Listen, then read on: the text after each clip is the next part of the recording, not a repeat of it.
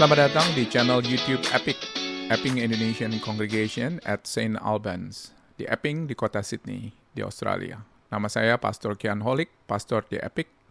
Di channel ini Anda bisa mendengarkan khotbah-khotbah Alkitabiah berdasarkan Injil Yesus Kristus. Selamat menikmati dan jangan lupa untuk subscribe dan like channel ini. Tuhan memberkati. Apabila ada pertanyaan, silakan hubungi kami di IG atau di FB at epic.saintalbans. Kiranya Tuhan memberkati. Bapa dalam surga, kami bersyukur dan berterima kasih sekali lagi ya Tuhan, buat firman yang tadi kami sudah baca, dan sebentar lagi kami akan renungkan.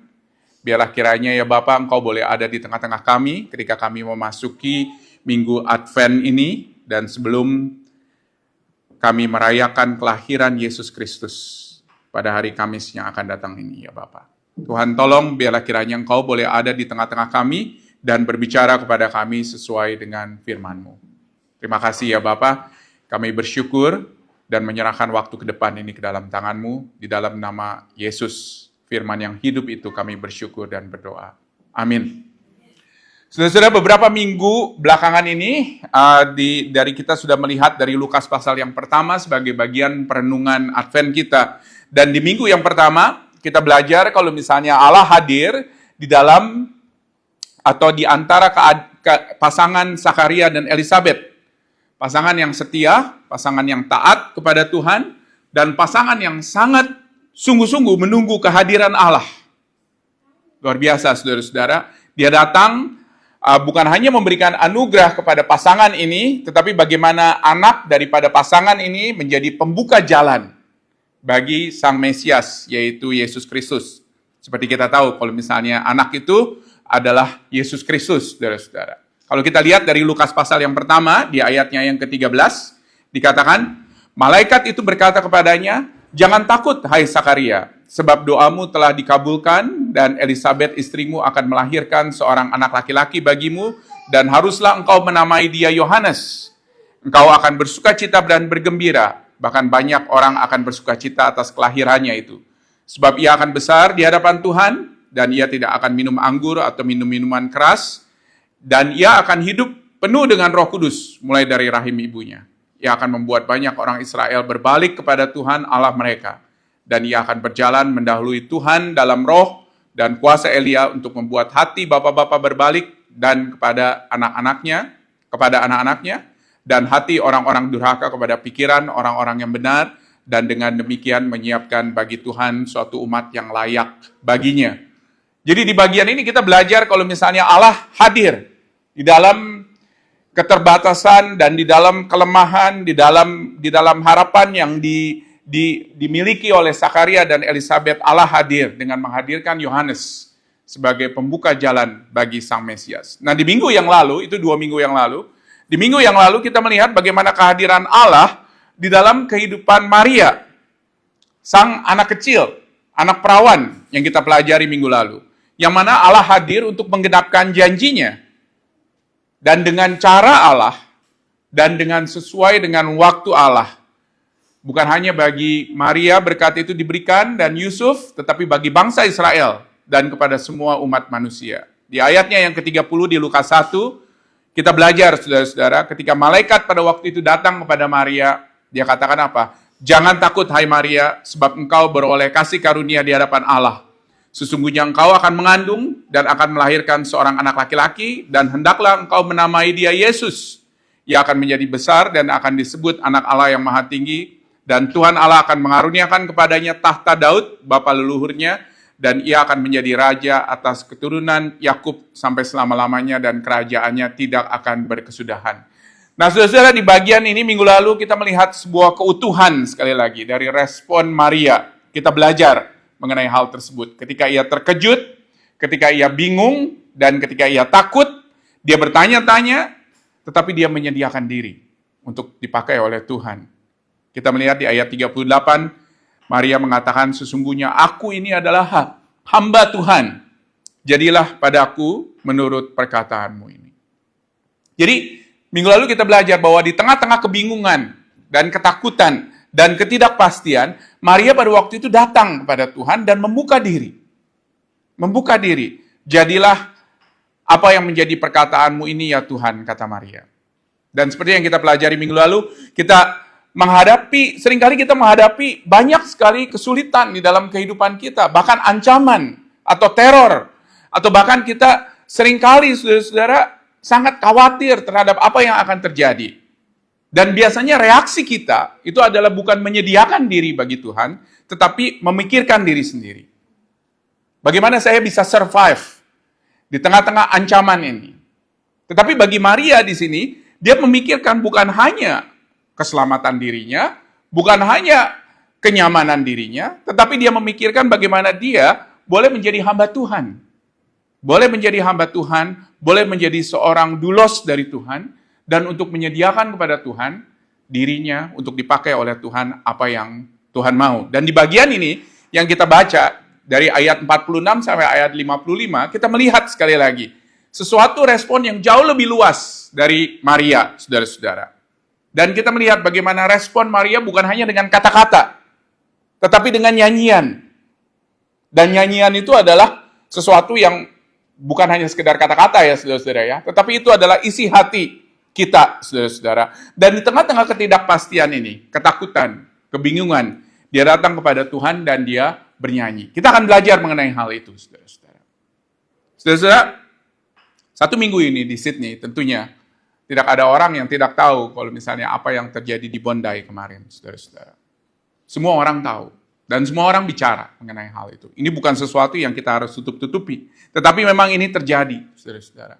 Australia yang dikenal sebagai negara yang aman, sekarang ini terjadi. Ada kekhawatiran, saudara-saudara, mengenai apakah ada penembakan massal, atau mungkin sebuah replika apa yang terjadi di Bondi minggu lalu, saudara-saudara. Saya yakin banyak dari kita merasakan apa yang Maria rasakan, sedikit sekali mungkin. Levelnya segini saja, saudara-saudara, dari apa yang Maria rasakan. Karena apa? Karena ada ketakutan. Betul nggak? Ada ketidakpastian, ada kekhawatiran, ada kebingungan. Dan kita tahu Tuhan berkuasa, Maria juga tahu bahwa Tuhan berkuasa, tapi apa yang Tuhan sedang kerjakan di tengah-tengah kita pada saat ini, itu yang menjadi pertanyaan Maria. Dan itu juga mungkin yang menjadi pertanyaan kita. Tetapi lihat apa yang menjadi respon Maria. Di ayatnya yang ke-29 kita belajar, Maria terkejut mendengar perkataan itu lalu berkata di dalam hatinya, apakah arti salam itu? Jadi di tengah-tengah situasi yang tidak pasti seperti ini, Allah mengajak kita untuk meresponi akan kebesaran Dia, keagungan Dia, dan juga akan kemahakuasaan Dia dari dalam hati kita. Bukan hanya dengan kata-kata. Dan di sini kita belajar bagaimana Maria bernyanyi, saudara-saudara. Dan ini adalah ungkapan doa dan ungkapan hati daripada Maria. Saya yakin di dalam setiap nyanyian yang kita nyanyikan dengan sungguh-sungguh itu adalah sebuah doa kita sebetulnya kepada Tuhan. Dan ini adalah doa Maria, saudara-saudara. Dan kita belajar bagaimana kita juga diajak untuk bernyanyi, berdoa kepada Allah di tengah-tengah ketidakpastian ini. Bukan hanya sekedar memikirkan bagaimana saya harus bisa survive di dalam situasi A atau di dalam situasi B. Maria mengajak kepada kita untuk memuji dan meninggikan Allah di tengah-tengah ketidakpastian ini. Dan Allah mengajak kita semuanya, seperti Dia mengajak Maria, untuk datang dan mendekat kepada Dia, saudara-saudara. Dan ini adalah cara Allah untuk membuat kita, bukan hanya kita menjauh dari Allah, tetapi untuk kita mendekat dari Allah, mendekat kepada Allah. Dan ketika kita mendekat kepada Allah, kita akan memuji dan memuliakan Dia, meninggikan Dia di dalam hati kita, saudara-saudara. Kita diajak bukan untuk mempertanyakan kebaikan atau mungkin mempertanyakan kasih Allah di tengah-tengah situasi yang tidak menentu, tetapi Allah mengajak kita, seperti Dia mengajak Maria, untuk berlari kepadanya, dan untuk menuju Dia, dan untuk memuji Dia, untuk memuliakan Dia. Maria tidak tahu apa yang menjadi jawaban dari semuanya ini ketika malaikat pada waktu itu datang kepada dia, betul nggak? Dan Maria tidak melihat bahwa ini adalah sesuatu yang membuat hubungan dia dengan Allah menjadi renggang. Tetapi justru dia datang mendekat kepada Allah.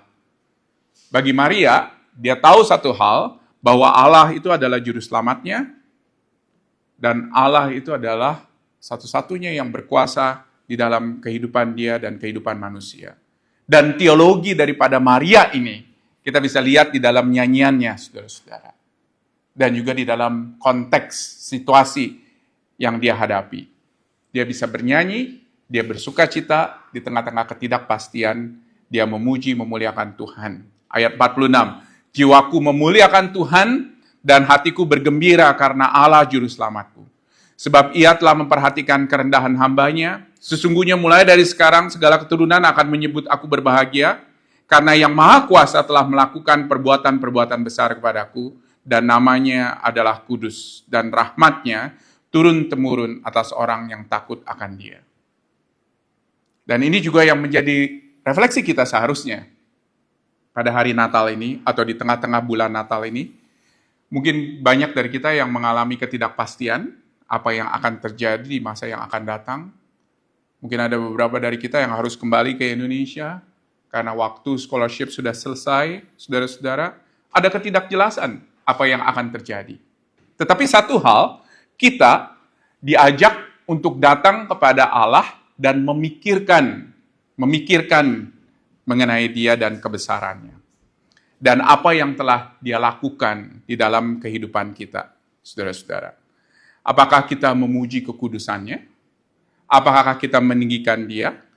Apakah kita bergantung pada kasih setianya?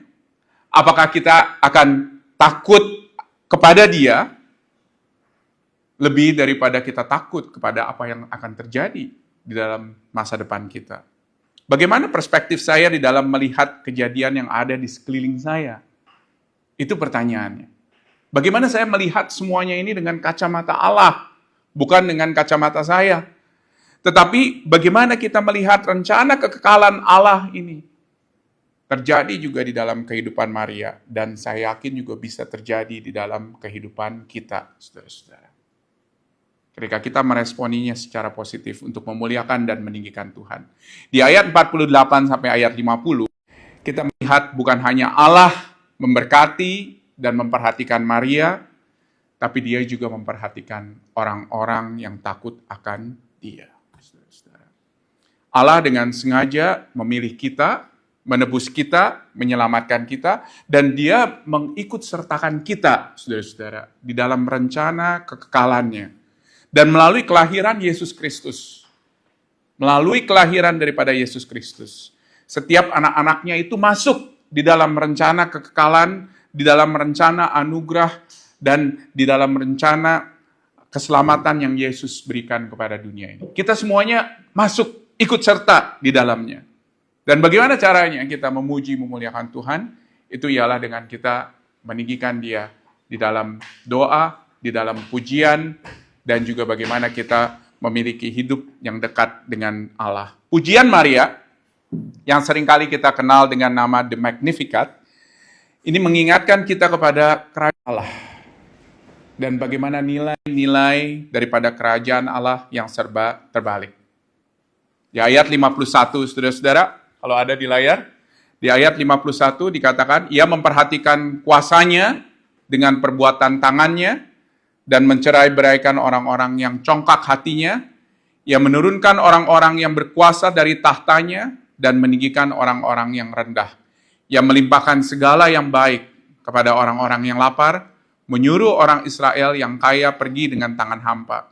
Ia menolong Israel hambanya karena Ia mengingat rahmatnya, seperti yang dijanjikannya kepada nenek moyang kita, kepada Abraham dan keturunannya untuk selama-lamanya. Yang pertama akan menjadi yang terakhir. Yang terakhir akan menjadi yang pertama. Yang lapar akan menjadi kenyang. Yang kaya akan menjadi hampa. Seorang menjadi pemimpin. Dan ini yang terjadi di dalam kerajaan Allah.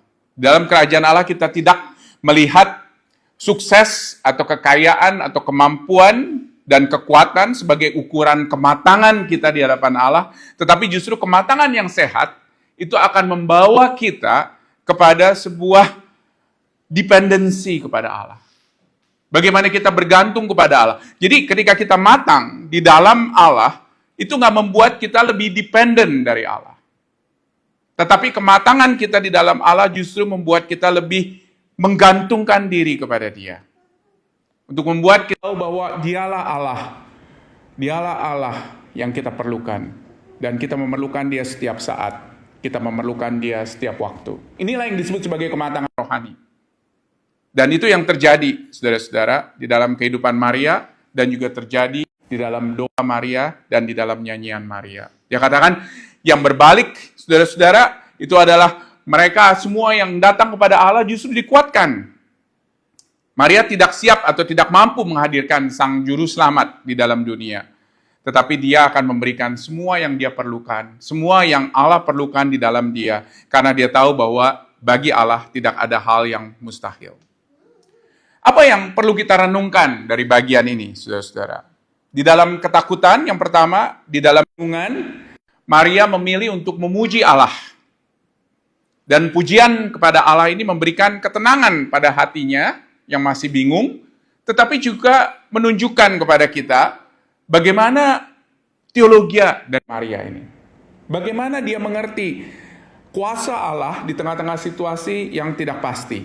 Ketika dia berkata di ayat 38, sesungguhnya aku ini adalah hamba Tuhan, jadilah padaku menurut perkataanmu itu adalah sebuah ketersediaan dia untuk mengatakan kepada Allah, biarlah kiranya itu semua boleh terjadi di dalam hidupku. Pujian yang berdasarkan firman Tuhan, itulah yang menjadi kekuatan daripada Maria. Biarlah kiranya itu juga menjadi sebuah tindakan kita. Jangan jauhkan diri kita dari Allah pada waktu Natal ini. Justru waktu Natal, waktu Tahun Baru ini adalah waktu di mana kita mendekatkan diri kepada Allah. Untuk kita bersyukur dan bersuka cita, untuk kita datang kepada Dia. Biarlah kiranya kita di tengah-tengah hingar-bingar Natal ini, yang penuh dan banyak sekali dengan hal-hal yang sebetulnya tidak terlalu penting, saudara-saudara, yang sifatnya kosmetik boleh dikatakan, kita datang kepada Allah untuk menyembah Dia dan bersyukur kepada Dia kalau misalnya Dia telah memberikan kepada kita Yesus, Raja di antara segala raja, Tuhan di antara segala Tuhan. Marilah kita datang untuk memuji dan memuliakan Dia, untuk menyembah Dia, karena Allah adalah Allah yang telah turun di dalam Yesus Kristus ke dalam dunia, menjadi sama seperti manusia. Dan hanya karena Dia mengasihi kita, kasih yang rela berkorban, walaupun Dia dicerca, dihina, hanya karena kasihnya, saudara-saudara. Kasihnya nanti kita akan nyanyi dalam seperti samudra. Dan luar biasa, itu semua adalah satu-satunya alasan kenapa Allah datang ke dalam dunia. Dia mengasihi kita. Apa yang harus kita lakukan? Kita harus datang kepada Dia untuk memuji, memuliakan Dia, untuk meninggikan Dia. Dan biarlah kiranya itu menjadi lagu kita, saudara-saudara. Karena Allah adalah Allah yang mengasihi kita. Mari kita tenang sejenak, kita merefleksikan apa yang tadi kita sudah baca, dan kemudian kita akan mengangkat lagu yang ada di layar, What Love My God, di dalam bahasa Indonesia. Mari kita tenang sejenak terlebih dahulu, kita tundukkan kepala kita.